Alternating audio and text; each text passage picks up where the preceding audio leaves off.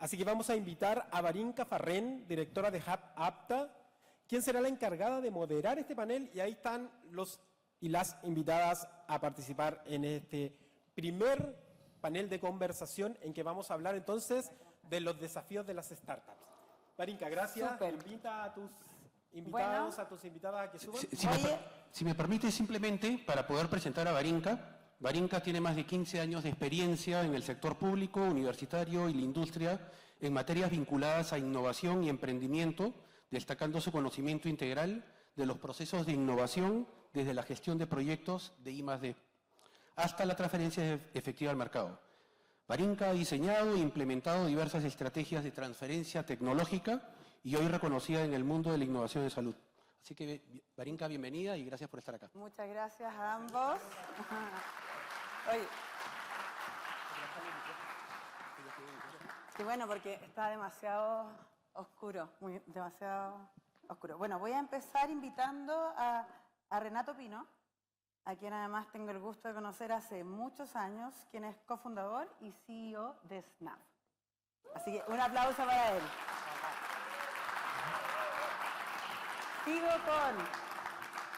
Sigo con Alejandra García, quien es directora de innovación en SENS, el Centro Nacional en Sistemas de Información en Salud, y también ha sido emprendedora e investigadora. Así que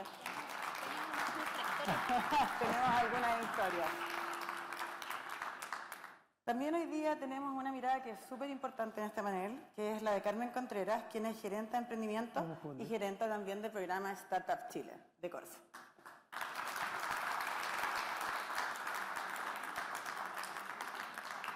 Y para completar este panel, sin duda es necesario el rol, la mirada, ¿cierto?, del paciente. Y por eso tenemos a Jorge Fernández desde Fundación Vida.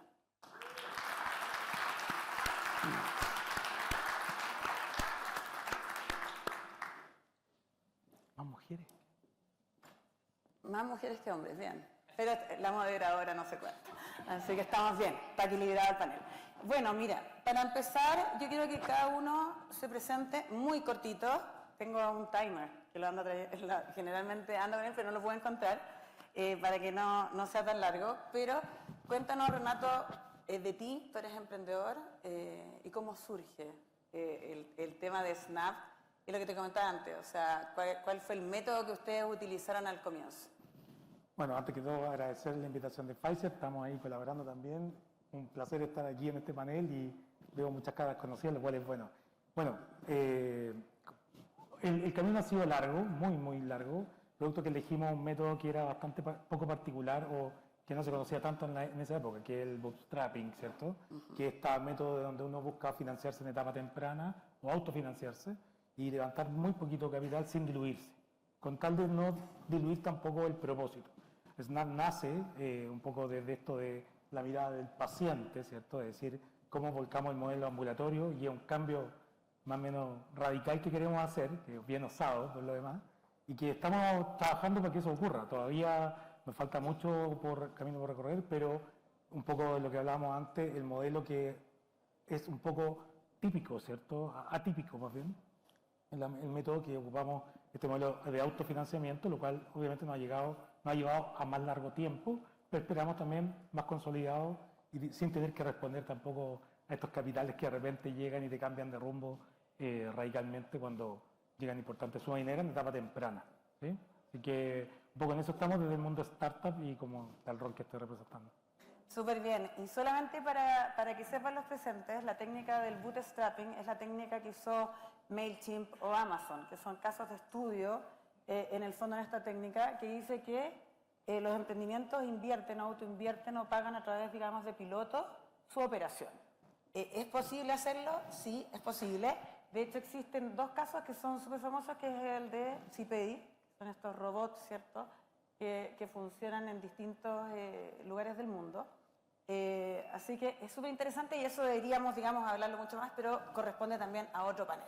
Así que vamos a seguir con Alejandra García, quien es directora de innovación de SENS, pero además ha sido emprendedora. Así es. Conozco a Barinca desde hace 15 años atrás, cuando salí de la Universidad de Chile y formamos uno de los primeros spin-off, así que creo que creciste con nosotros y aprendiste mucho. Sufrí mucho como emprendedora porque partimos desde el sector público, donde hace 15 años atrás la verdad que innovar desde el lado público era bien complejo, ¿no? Y no era muy bien mirado, así que estuvimos en el camino de nadie por mucho tiempo, así que... Y también debo decir que me enamoré de la solución, lamentablemente, y bueno, tuvimos que dar un giro ahí. Tengo un socio que ahora más bien se dedica a la acuicultura, y por ahí va arrancando bien ese lado del emprendimiento, pero yo tengo mi corazón en salud, así que seguí este viaje impulsando temas de innovación y tecnología en las instituciones de salud, y bueno, y también me toca ser una paciente, una tutora de una persona que está en el sistema público, así que también vivo esa parte de la experiencia de lo que significa también estar ahí tratando de impulsar la innovación. Así que contenta de estar acá y gracias ahí por la invitación, Pfizer, que se motive con estas instancias. Excelente. Y ahora, bueno, vamos perdón, vamos a todo lo que es Corfo, ¿cierto? Además, Carmen tiene 2 sombreros ahora, gerente de emprendimiento y startup Chile, así que debe estar súper ocupada. Sí, un poco, pero muy contenta también de estar acá. La verdad, para los que me conocen, una de mis pasiones es promover el emprendimiento de base científica tecnológica. Vengo estudiando desde el 2010 la creación de emprendimientos biotecnológicos en Chile y en la América Latina también. Y últimamente, claro, con el Deep Tech, ¿no? O sea, ese cambio en las tecnologías que son transversales y cómo ha transformado, ¿cierto?, las posibilidades de emprender en salud junto con la pandemia ha sido para mí, viéndolo desde más lejos, fascinante. Así que estoy muy contenta también de estar aquí para discutir estos temas. Súper, excelente. Bueno, y sin duda, Jorge, nos tienes que contar desde el rol del paciente muchas cosas, pero primero conozcamos, digamos, acerca de ti.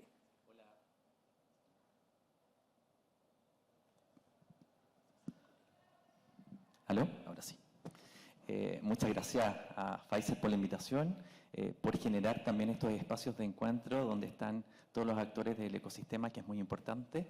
Y comentarles un poco que la Fundación Vía está en la región de O'Higgins. Nosotros partió la fundación por una experiencia de vida. Mi hermana falleció de un sarcoma de Ewing hace 22 años atrás, como pasa el tiempo. Y justamente esa experiencia de vivir más encima en regiones, que es muy complejo, nos permitió, de alguna manera, generar una fundación que no discriminara por el tipo de cáncer, el rango etario, recibimos desde niños, jóvenes y adultos mayores, y también en las distintas etapas de la enfermedad, recién diagnosticados, en tratamiento, en cuidados paliativos. Y tras vincularnos con los pacientes, nos fuimos dando cuenta que nosotros al final solucionábamos las urgencias que nos llegaban los pacientes, pero queríamos avanzar más allá y nos involucramos en la política pública, donde la Fundación está cumpliendo un rol representando a Chago en la Comisión Nacional del Cáncer, que se ha generado espacios únicos en Chile de participación de la sociedad civil y que agradezco enormemente. Así que yo creo que acá, tal como los emprendedores, las fundaciones también las tenemos que reinventar y buscar nuevas soluciones en beneficio de los pacientes. Así que muchas gracias. Super, Jorge, nos vamos a quedar contigo. ¿Qué cambió con el COVID-19? Muchas cosas. Porque también yo creo que destacar que el rol que tienen las fundaciones, sobre todo la nuestra, que estamos en regiones, Chile es bien particular, es muy complejo, hay mucha ruralidad, hay muchos pacientes de recursos limitados, lo que ingresa mayormente a la fundación, donde efectivamente la pandemia los impactó a todos, pero a nosotros como fundación y a los pacientes los impactó enormemente. ¿Por qué? Porque primero nos preocupamos de cómo la fundación podía dar continuidad a los servicios que prestaba a los pacientes de contención emocional, nutricional, kinesiológica, social, etcétera, que eso lo realizamos de manera presencial, de cómo de un día para otro nos pilló, de cómo le damos continuidad a los pacientes y cómo le acercamos la tecnología, porque eso también fue un desafío. Y también se abrieron oportunidades ahí porque el COVID también aparecieron más fondos públicos, por ejemplo, el Ministerio de Desarrollo Social, de empresas privadas, las mismas empresas farmacéuticas, donde nosotros tuvimos que rápidamente pensar en soluciones y generamos una plataforma de telemedicina donde nos permitió darle soporte a los pacientes y también salirnos de nuestra región.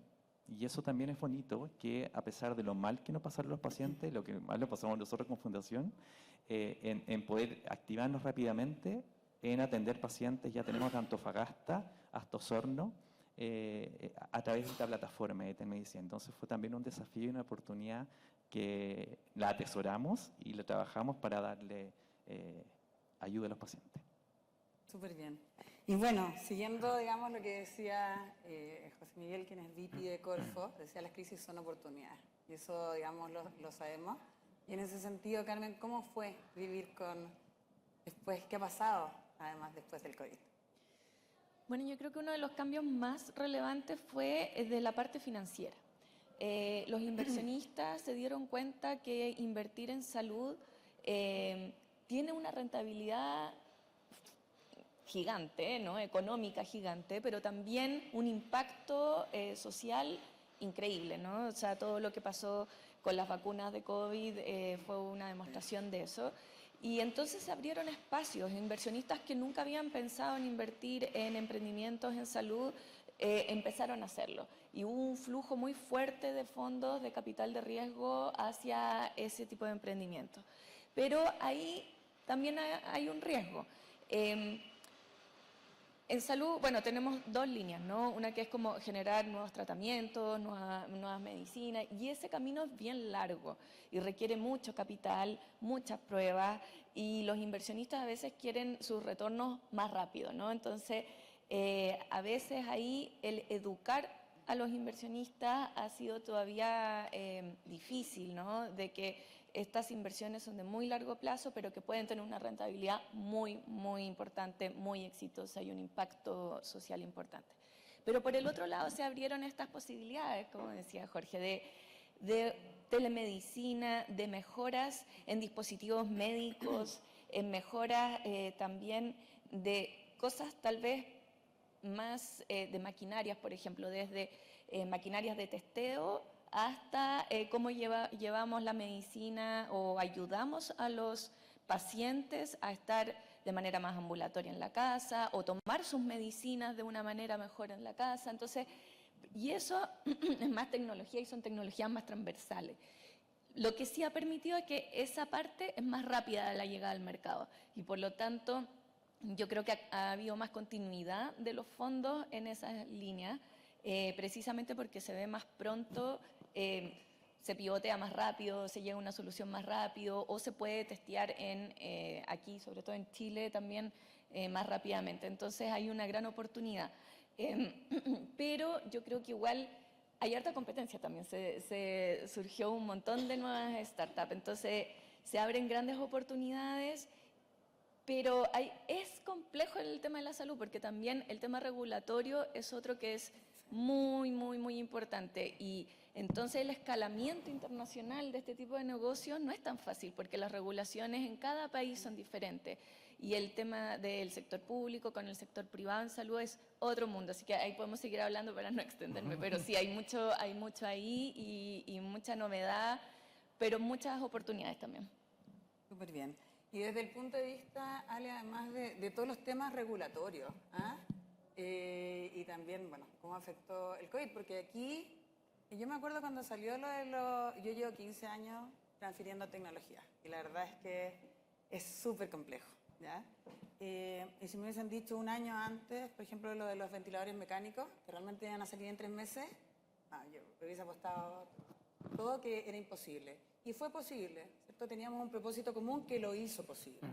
Entonces, desde ese punto de vista, ¿cómo lo ves tú, Ale, desde el CENS? ¿Cómo nos afectó el COVID? ¿Qué aceleró? Sí.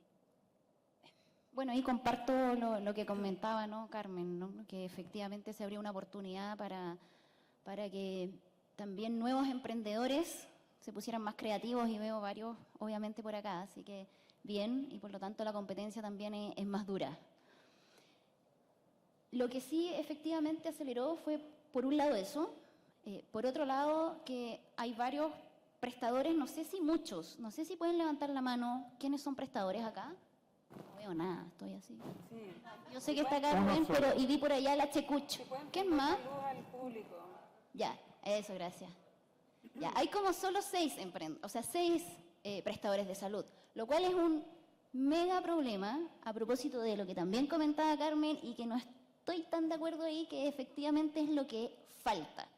Y que es cómo, entonces, motivamos a que más prestadores en realidad asistan a estas instancias y que puedan ver y entender que ellos sí pueden innovar, ¿ya? Entonces, con la finalidad también de mejorar sus procesos internos, por supuesto, y de ver, ¿no?, la innovación como más bien un aliado en lugar de una superamenaza, ¿ya? Y parte de la amenaza respecto a los prestadores, y ahí después se puede extender quizá Rubén, se asocia también a los marcos normativos un poco rígidos, pero que abren también una oportunidad de mejora, y que leí ahí que el 31, y todavía no ha llegado, creo, el senador, así que después le voy a decir, ¿ya? Porque el 31 de mayo salió el proyecto asociado a la reforma de la Ley de Compras Públicas, donde aparece un artículo que dice contratos para la innovación, y cuando lo leí me puse a llorar. Dije, maravilloso, por fin, hay luz al final del túnel.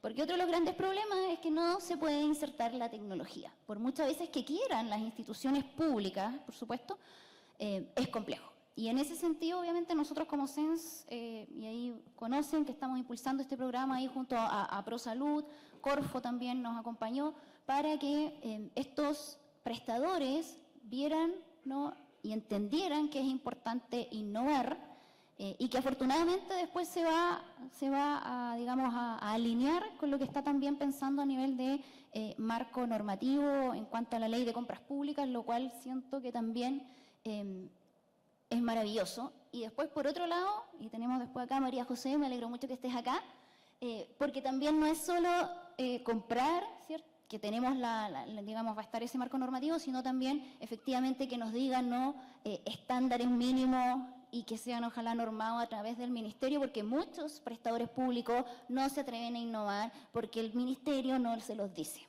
literalmente. Entonces, en realidad hago un llamado, como esto va a estar grabado y después lo van a pasar muchas veces, a los prestadores públicos que realmente se atrevan. Y privados. Bueno, privados también, pero los privados tienen menos trabas, ¿no?, en temas de innovación. Y en ese sentido creo que ahí, si nos alineamos todos los actores que son necesarios para impulsarlo, creo que vamos por un súper buen camino. Buenísima invitación además la que hace Ale. Bueno, Renato, ya años, ¿cierto?, emprendiendo, sin duda, digamos, avanzando mucho. Y en ese sentido, ¿cómo fue vivir el COVID? ¿Te aceleró? Sí, bueno, nosotros veníamos de antes de COVID, teníamos una propuesta que, la verdad, bueno, nosotros nos conocimos en el 2018, creo, en la universidad, una de las primeras personas Barinca que creyó en nuestro proyecto. Mi último día. Sí, tu último día en la Universidad de Chile. Y resulta que, a ver, a mí el tema del COVID es un cambio, es una revelación, ¿sí? Una revelación donde dice en qué estado estábamos teniendo de todo. Es decir, teníamos las tecnologías, teníamos todo. Venía trabajándose en interoperabilidad hace rato, por muchos que veníamos empujando. Veníamos trabajando en salud digital, pero resulta que había una capa que no la tenía visible. Pero al final la salud digital se trata de equidad, no es nada más que eso. Nosotros lo que estamos haciendo es entregar mejor acceso, mejor tiempo y oportunidad. Eso es lo que hace la salud digital, en particular las tecnologías. Por tanto, el COVID nos viene a decir, o les viene a decir al mundo, ¿se dan cuenta que estábamos perdiendo tiempo? Que la telemedicina existe del año 54, si no me equivoco, si por ahí ando. Dispositivos existían, aquí viene uno que tiene muy buena, o bueno, me refiero, hay unos que vienen hace años, también haciendo, bueno, el mismo LANEC, por ahí está mi querido amigo Ignacio, ¿cierto? Venimos hace años, entonces resulta que el COVID, al final, para nosotros, claro, nos pone un desafío, pero a la vez también una oportunidad. Lamentable oportunidad, digo yo, porque nunca una pandemia es buena. Pero si podemos sacar algo bueno, en muchas comillas, por favor, entenderlo así, es que efectivamente nos mostró algo que era necesario. Entonces hoy día yo agradezco en cierta forma que tengamos una situación donde hay una apertura a decir, parece que sí esto tiene lógica, parece que sí el paciente es lo más importante, parece que sí el paciente es nuestra fuente vital de datos para poder construir servicios de salud en función de él. Pero antes de eso, antes del COVID no lo teníamos y era muy, muy particular. Entonces veníamos algunos con la bandera de lucha, nos trataban de locos, ¿cierto? Y que estábamos dando literalmente jugo, ¿cierto? Así, en súper chileno, porque al final no había necesidad.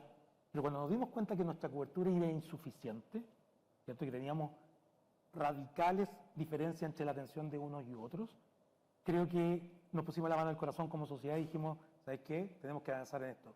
Y esto, como dice Ale, también impulsó cambios normativos, lo cual se aceleró, ¿cierto? Se armó un instructivo, ahí María José, un instructivo para ver las atenciones telemédicas. Bueno, ya tenemos normas sobre interoperabilidad, tenemos una ley, la 820 o 231, pero 820, sobre normas técnicas, tenemos la ley de telemedicina que ya habla sobre temas de interoperabilidad y estándares. Entonces, nos damos cuenta que tuvo que pasar esto, y disculpen cómo lo digo así, no lo quiero decir indolente, tuvimos que sufrir pérdidas, ¿cierto?, para darnos cuenta de las brechas que teníamos, pero teníamos la herramienta y teníamos las cabezas pensantes, teníamos los Ignacios Contreras, teníamos los Simbiótica, teníamos los tantos que veníamos diciendo que esto era necesario y que por suerte hoy día está la oportunidad y también un poco el llamado ahora yo desde el sector privado, que es donde estamos empezando a crear esta red ambulatoria que genera acceso en tiempo real, ojalá a la mayor cantidad de personas para que no esperen por su salud, que es lo que hacemos desde SNAP, que también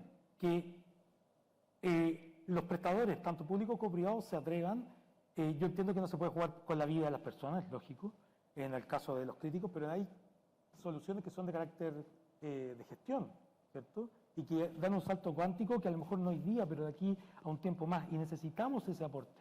En otros países nosotros miramos Israel, no sé, Alemania, ¿cierto?, que impulsan mucho el emprendimiento, pero eso es porque la sociedad se lo propuso, porque desde los prestadores de Peona Paje se dieron cuenta que decir, ¿sabes qué? Todos tenemos que empujar por esto.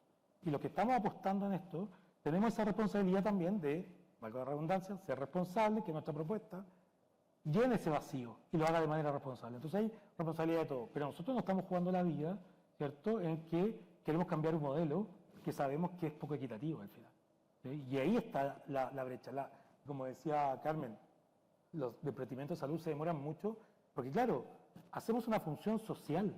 No somos un retail, no hacemos una venta de algo lineal, somos parte de un sistema, nos incorporamos a un sistema. Tenemos que tener una evaluación tecnológica sanitaria, tenemos que tener impacto, tenemos que tener un montón de condicionantes que nos pueden truncar nuestra idea.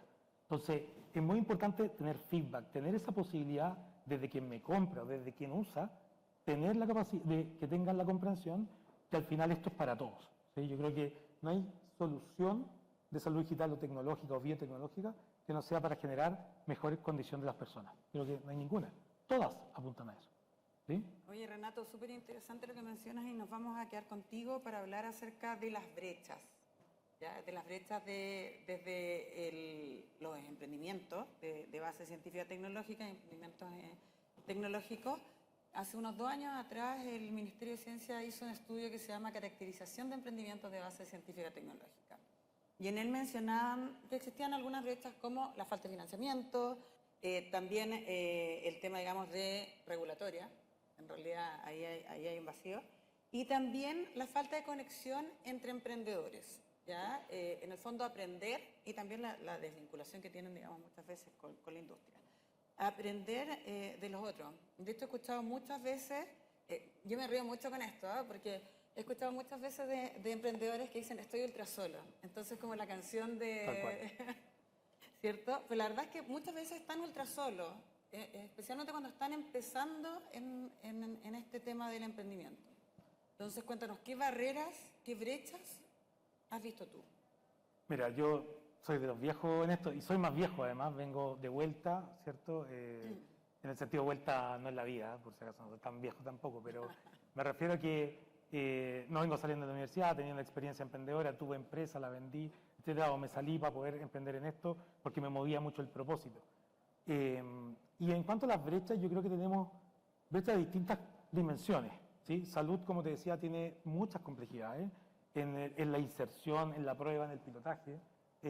Bueno, tuve la oportunidad de estar en Corfo, en el Comité de Transformación Digital a cargo de Salud Digital. Impulsamos ahí con Eli, ¿cierto? Bueno, contigo también, Barinka, estábamos, la Ale, obviamente con SENS, empujando lo que fueron los centros de pilotaje, ¿cierto? Y nos dábamos cuenta que la brecha a veces tiene que ver con el sentido de realidad de los emprendimientos. Los emprendimientos les cuesta mirar la realidad real, ¿cierto? No la realidad del libro o la que puedo estudiar a través de Internet, sino que la realidad donde las papas queman, es decir, ¿qué es lo que pasa en la operación de un prestador? ¿Qué es lo que pasa en la operación de este sistema? Y en base a eso diseñar.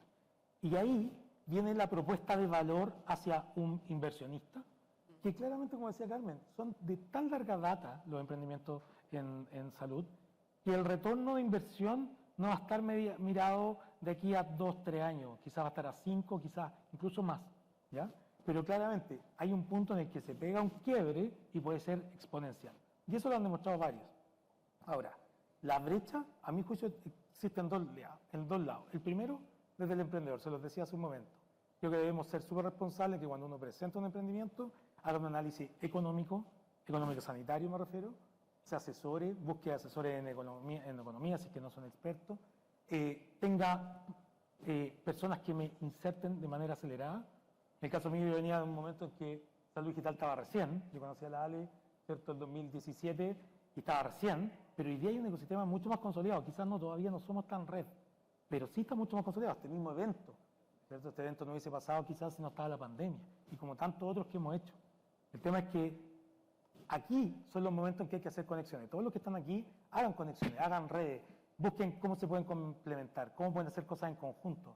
Nadie de aquí, ninguno de nosotros va a solucionar los mega problemas que tenemos en salud solos, ¿sí? Los vamos a solucionar en conjunto. Y creo que una de las principales una de las principales brechas o errores que cometemos los emprendedores es no hacer redes en etapa temprana, porque nos encerramos en nuestra solución, en nuestro problema, y no nos complementamos. Y creemos que la podemos hacer todas, cuando eso es imposible. Necesitamos hacer redes de valor, y estos eventos son para eso, ¿sí? Yo hablábamos con Ana María, ¿cierto?, antes decía que la épica que va a tener este evento ¿va a ser otro evento más de salud? No, este evento tiene que ser un punto de quiebre en realizar conexiones de valor. Eso es lo que necesitamos, y avanzar en conjunto. Tenemos todos tantos nichos, tan diversa la salud digital y las tecnologías, que creo que el escenario es un mundo de cosas por solucionar. Entonces, lo tenemos que hacer en grupo, no solo no. Escuché el lunes y martes, hacer la diferencia un niño a la vez, ¿cierto? Entonces tenemos que después de esto generar conexiones y seguir avanzando. Me voy a ir con Carmen, porque una de las cosas que creo que es interesante también de conversar es desde el punto de vista de los inversionistas. Se habla mucho que el emprendedor, ¿cierto?, de repente no logra contar bien su propuesta de valor. Pero ¿qué es lo que pasa con los inversionistas? ¿Tenemos inversionistas también lo suficientemente educados para entender cuál es la inversión? Porque si existe un desconocimiento, esto genera incertidumbre y ahí puede haber complejidad al momento de invertir. ¿Qué es lo que crees tú? Sí, bueno, en salud, como decía aquí Renato, es tan específico que a veces cuesta al inversionista entender la diferenciación, la propuesta de valor y el camino que tiene que recorrer ese emprendimiento, ¿cierto?, para llegar a ser rentable. Y ese desconocimiento entonces también genera más percepción de riesgo, como tú dices, y lo desincentiva a poner finalmente recursos. Sin embargo, por eso les decía que en toda la parte que es de digital, de tecnologías, de machine learning, inteligencia artificial, análisis de datos, que en salud sí que hay mucho datos, así que Big Data es fundamental. Y también de la interoperabilidad y la transferencia de información entre entidades, ¿no?, prestadores, emprendimientos, etcétera, y cómo también aseguramos la protección de esa información. O sea, todas esas cosas son un poco más conocidas para los inversionistas, porque, como les decía, son tecnologías más transversales. Y ahí entonces hay un espacio, pero efectivamente falta...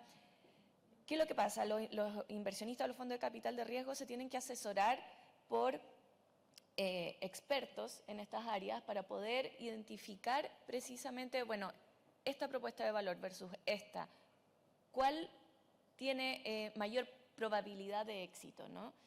Y también por el lado de los científicos, a veces que pueden ser, ¿cierto? Pueden evaluar la tecnología, pero no necesariamente la posibilidad de mercado. Entonces yo creo que ahí falta esa brecha de conocimiento técnico y científico y junto con el conocimiento de mercado. Hay personas que pueden evaluar muy bien tecnología en el mercado, pero no en la tecnología de salud. Entonces esa es la brecha, yo creo que es la principal para los inversionistas para poder ir avanzando y entender las propuestas de los emprendedores. Súper. Ale, y se abrieron nuevas oportunidades. ¿Cómo ves tú que están, digamos, la mayoría de los proyectos que, por ejemplo, ustedes mismos manejan? ¿Dónde se han acelerado esto? Sí, mira, ahí una buena pregunta, porque también me toca un rol de evaluar muchos proyectos en salud. Entonces, si no fue aprobado, fue mi culpa, lo debo decir, porque de verdad el papel aguanta mucho, con todo el cariño, y la práctica es otra cosa. Entonces, cuando llegan que van a salvar el mundo en un hospital, no me acuerdo, no voy a decir el detalle, pero así en un hospital lejos, y me pregunto, bueno, ¿y cómo entonces van a obtener la data? Si ni siquiera saben cuál es el proveedor de la ficha clínica electrónica. Entonces, todavía, eso que decía Renato, efectivamente ir como ahí, de estar donde las papas queman, es como lo fundamental, ¿ya? Y en ese sentido, a mí que me toca también hacer mucho de PMO, de muchos proyectos, de ir a poner la cara así de póker, ahí delante del médico, delante de los comités, veo y entiendo también el dolor y por lo tanto también tratamos de nosotros como SENS de efectivamente lograr que solucionar el problema real que tienen ahí y transmitir al emprendedor la necesidad que tiene de que, lo siento mucho, pero que tienen que hacer esas modificaciones o si no, no va a ser posible implementar la solución en el lugar, ¿ya? O sea, eso me ha pasado muchas veces. Me tocó, de hecho, también, incluso como cuando estuve como emprendedora validando la solución, me tocó validarla en una clínica muy renombrada en su minuto, lo cual fue magnífico porque era referente, pero ¿qué hice yo? Me puse el delantal y fui ahí a sacar todo paciente que llegaba, le decía, señor, consentimiento informado, mire, vamos a hacer este proyecto, no sé qué, y estaba ahí yo todos los días solicitando la firma del paciente y logré así en, yo creo que 2 semanas juntar 100 pacientes, porque todos los pacientes quieren, obviamente, recibir una mejor atención y ven también que las tecnologías pueden ayudar. Entonces, creo que ahora tenemos una mega oportunidad de poder insertar tecnologías en los centros de salud, pero es súper importante que los emprendedores generen un buen vínculo con la institución, de que entiendan bien el dolor y que generen un proyecto robusto desde todas las miradas de lo que es una gestión de proyecto, ¿ya? Incluido, ¿cierto?, con estas peculiaridades que tiene el sistema de salud, como por ejemplo presentación al comité de ética. O sea, cuando llega un proyecto y dice, mira, en 6 meses vamos a hacer esta maravilla, y yo así como comentario, ni lo sueñe, se va a demorar 4 meses en obtener el permiso del comité de ética. Entonces, seamos también realistas ahí, en ese sentido, los emprendedores los invito a que asistan y trabajen más colaborativamente en las instituciones donde quieren validar sus soluciones. Jorge, ¿qué ha pasado ahora post pandemia? ¿Cómo ves? ¿Hemos vuelto un poco a la realidad de antes o ves que hemos avanzado y que ya no hay vuelta atrás en el fondo? Yo creo que la pandemia quedó para quedarse y los cambios que surgieron, al final positivos, fueron para quedarse. Y también yo escuchando aquí a mis compañeros, yo creo que hay oportunidades que sí o sí ustedes como startups y innovaciones se tienen que juntar con las organizaciones de la sociedad civil, porque nosotros conocemos las realidades de los pacientes. Sueño como que un paciente de bajos recursos, que vive en una zona rural, que inclusive no tiene acceso a agua, puedan tener la misma oportunidad, porque ustedes hablan de equidades, ¿cierto?, en tecnología, pero ese paciente tiene la misma oportunidad que uno en región, acá en la capital, o que tenga acceso a conexión a Internet, cosas básicas. Yo creo que eso también son desafíos para ustedes. Por eso los invito a que estas tecnologías, las ideas, las puedan concretar, pero con la mirada de las organizaciones de la sociedad civil. ¿Por qué? Porque ustedes van a conocer realidades que a lo mejor no dimensionan y que les van a abrir espacios de oportunidad que a lo mejor, oye, efectivamente acá no lo habíamos detectado y podemos a lo mejor presentar proyectos en conjunto. Porque, les comento, porque ahora las organizaciones de la sociedad civil, que antiguamente se protestaba, evidenciamos muchas necesidades, ahora tenemos, yo creo que la capacidad de unir fuerzas y presentar soluciones a nivel ministerial. Y eso son oportunidades también, que se valoren el esfuerzo que hacen las organizaciones de la sociedad civil en poder mejorar una política pública, en evidenciar necesidades, en presentar propuestas que consideren la opinión de los pacientes. Eso es muy importante. Yo creo que ahora el desafío para ustedes, así como la pandemia se quedó, es que todo paciente tenga acceso a lo que ustedes proponen. Súper interesante porque además es cierto, la realidad regional es distinta, ¿cierto?, en cada una de las regiones y necesita soluciones distintas también. Ya nos quedan como 8 minutos, así que para terminar, si tuviesen que pedir un deseo, ¿no? Vino un genio acá, y tienen que pedir un deseo para catalizar más soluciones, digamos, en cada ámbito, no sé, que lleguen más emprendimientos, ¿ah? ¿Cierto? Que puedan sacar emprendimientos, levantar capital o lo que ustedes quieran, digamos, mencionar. ¿Qué es lo que pedirías en tu caso, Jorge? A ver, yo creo que sueño empezar con un desde. Yo creo que estamos nosotros al debe con los pacientes oncológicos, porque un paciente oncológico está contra el tiempo. Yo creo que yo no considero que a la fecha que estamos, en el 2023, no tengamos un registro nacional del cáncer. Yo creo que es algo básico para poder funcionar.